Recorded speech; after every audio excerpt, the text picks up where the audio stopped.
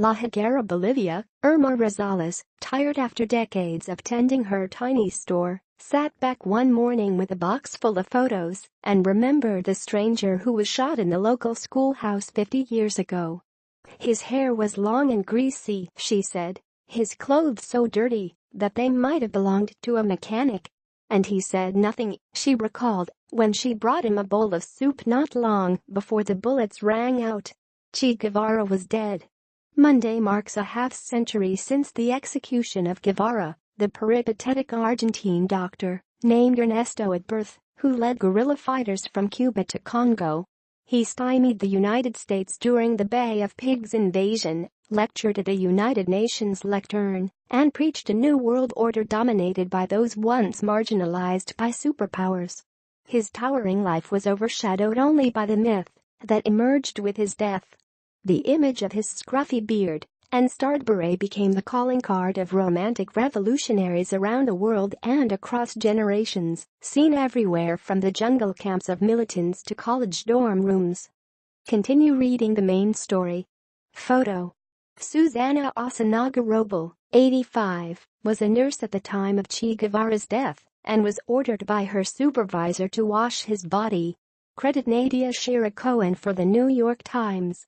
Yet the villagers of La Higuera, Bolivia, who lived through the time, tell a story that is far less mythic, describing a short, bloody episode where a forgotten corner of this mountainous countryside briefly became a battleground of the Cold War.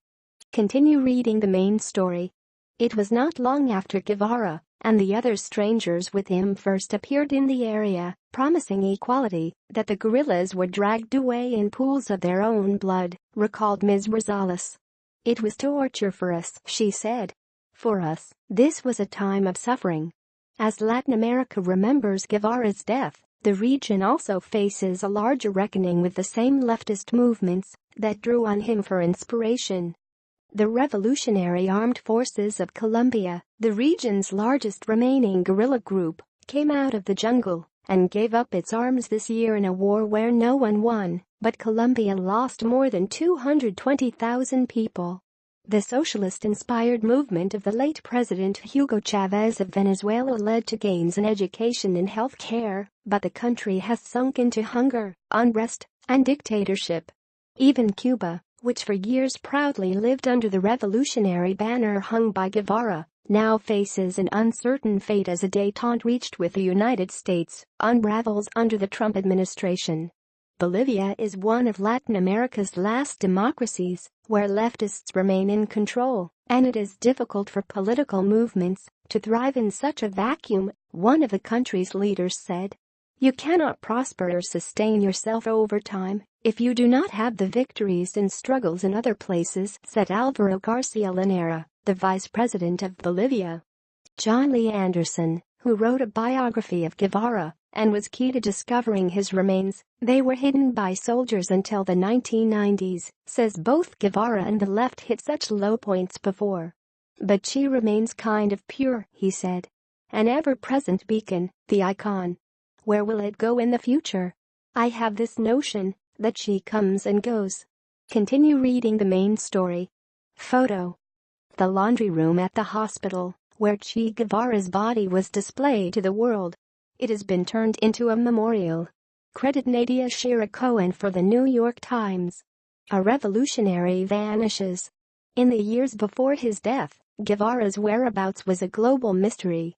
After having overseen the firing squads that followed the communist victory he helped secure in Cuba, and after a stint running the country's central bank, Guevara suddenly vanished in 1965, sent by Fidel Castro to organize revolutions abroad.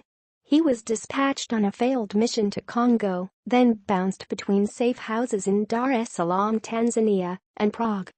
Back then, people said he had been killed by Fidel, others that he had died in Santo Domingo, that he was in Vietnam, said Juan Carlos Salazar, who, in 1967, was a 21-year-old Bolivian reporter about to begin chasing his first major story. They placed him here, they placed him over there, but no one knew where he was.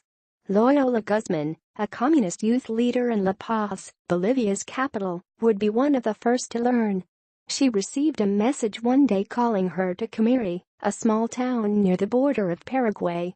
She said she had no idea what the meeting was for. Ms. Guzman is 75 now, but a photo in January 1967 shows her in the flush of youth, in fatigues and a field cap, sitting on a log at a sweltering jungle camp, and next to her is Guevara. He said he wanted to create 2 or 3 Vietnams, said Ms. Guzman, with Bolivia a base for a revolution, not only there, but in neighboring Argentina and Peru, as well. Ms. Guzman agreed with the idea and was sent back to the capital to drum up support for the revolutionaries and manage their money. In March 1967, the battle began. Mr. Salazar, the journalist, learned later that month that fighting had broken out between the Bolivian army and an armed group, leaving 7 soldiers dead. The reporter was dispatched to the area to investigate, but it remained unclear who the militants were, although it was known they were regularly delivering fatal blows to government forces. Soon afterward, word began to leak out that the ringleader might be Guevara. The army wanted to find and defeat him. Among journalists, everyone wanted to interview him, recalled Mr. Salazar. Continue reading the main story. Photo. Fog rolling through the mountains on the road to La Higuera. Credit Nadia Shira-Cohen for the New York Times. Villagers are wary. While Guevara was known around the world, his fame did little to endear him to Bolivia's peasants. And the country had already undergone a revolution a decade before, instituting universal suffrage, land reform and expanded education. During Guevara's time fighting in Bolivia, not a single peasant was documented to have joined him. He didn't think it through, said Carlos Mesa, a former president of Bolivia and a historian who was 13 at the time that Guevara arrived. He failed because he had to fail. Newsletter sign up. Continue reading the main story. The Interpreter newsletter. Understand the world with sharp insight and commentary on the major news stories of the week. Enter your email address. Sign up. You agree to receive occasional updates and special offers for the New York Times products and services. See sample privacy policy. Opt out or contact us anytime. Ms. Rosales, the storekeeper who gave Guevara the bowl of soup after his capture, recalled being stunned one day in La Higuera, shortly before Guevara was killed, when one of his guerrillas, Roberto Perito, known as Coco, walked into the building where she was working and asked to use the phone. None of the area's villagers were hoping for such a visit, as the guerrillas did not have a good reputation. All the men of the town had already fled into the hills, fearing the guerrillas would try to draft them as fighters.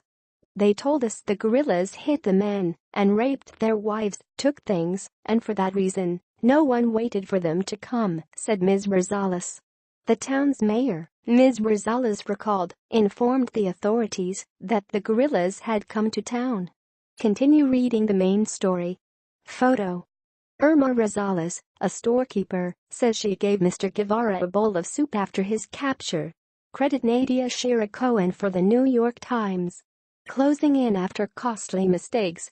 With tips like the one from the mayor, the army started closing in on Guevara and his band of guerrillas. Among those on the hunt was Gary Prado, then a young officer who had been pursuing Guevara all summer through the mountains. From his study in the city of Santa Cruz, the retired general, now 78, admitted that the army had hardly been prepared for the start of a guerrilla war on its turf. But it was soon being aided by American training and the arrival of agents from the Central Intelligence Agency, which was eager to see Guevara dead. Guevara had earned acclaim for his military tactics in Castro's victory in Cuba, and he wrote a manual, Guerrilla Warfare, that is still used as a guide by insurgents around the world. But he was making mistakes in Bolivia, said Mr. Prado, setting up bases that couldn't be defended, splitting up his forces and leaving behind photos that the soldiers were putting together as clues. He was a master of guerrilla war, said Mr. Prado. He got here and did everything to the contrary. In his last diary entry on October 7, Guevara writes that he ran into an old goat herd, taking her hostage, while they asked her about soldiers nearby. They gave her 50 pesos with instructions not to say a word, but we have little hope she would keep to her promise, he wrote. Continue reading the main story. Photo. The schoolhouse where Mr. Guevara was killed is now a museum. Credit Nadia Shira Cohen for the New York Times. I am Che Guevara. On October 8, a firefight began between Bolivian soldiers and a group of fighters. But this one would end differently than the others, recalled Mr. Prado. As one of the guerrillas surrendered, he called out, "I am Che Guevara, and I'm worth more to you alive than dead." Julia Cortez, now 69, remembers as a young woman hearing a firefight in the distance that day as she approached La Higuera, where she taught in the local school. It was to this school that the army brought the captured Guevara, and the guerrilla fighter could barely speak when Ms. Cortez entered the schoolhouse the next day, October 9. He was muttering a few words about the revolution, she said, the one he was losing. They say he was ugly then, but I think he was incredibly beautiful, she recalled. Ms. Cortez said she had just returned home when the shots rang out, killing him. Later that day, Mr. Salazar, the reporter, was back in La Paz covering the trial of another guerrilla when word reached him of the execution in La Higuera. He rushed back to the region to report on the death, regretting he had missed what he says now would have been the interview of the century. Mr. Garcia Linera, Bolivia's vice president, was a child that day and remembers seeing Guevara's image on the front page of Presencia, a Bolivian newspaper, on his grandfather's bed. "I still can see that photo, his eyes looking up at the sky, all in black and white," he said. "He looked at first just like a regular person, like a homeless man even." Ms. Guzman, Guevara's fellow guerrilla, had already been taken into custody by the time he was captured. She did not learn about his death until she found the copy of Presencia in a jail bathroom. In La Higuera after the killing, Ms. Rosales said she remembers seeing Ms. Cortez approaching the schoolhouse to clean up the blood in the classroom. "There haven't been classes there since," Ms. Rosales said of the site, which is now a small museum. "The children didn't want to go there.